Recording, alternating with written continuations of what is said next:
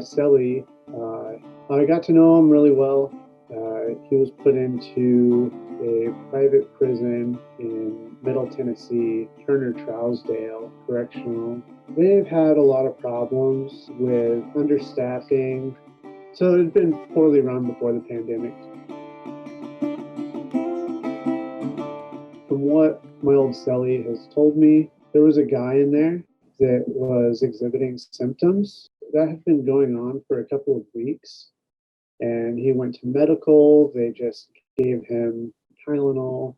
His condition worsened. He was having trouble breathing. They had to be aggressive and confronting the guards about taking care of this guy who got that bad. They ended up having to take him to the hospital. And that's when they figured out that he was pretty much patient zero in that unit.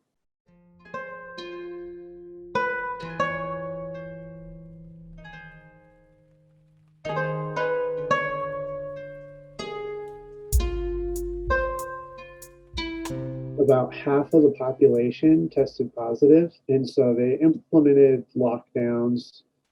From what I've been told from my friend, he was supposed to get breathing treatments because he has asthma, and the nurses weren't coming in.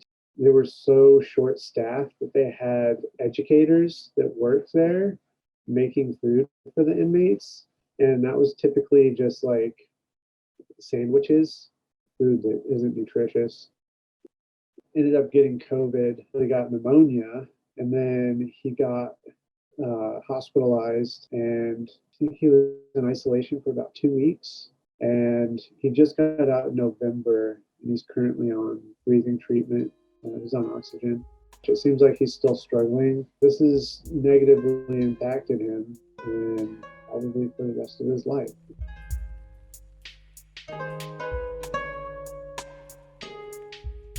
I wrote to at least 7 different media outlets about the conditions, and nobody even replied.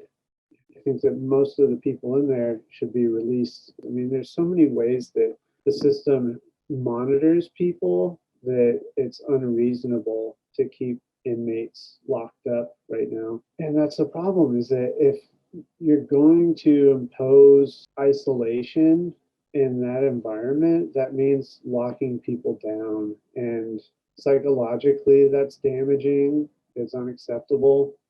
And leaving them in general population to be in contact with one another isn't acceptable either.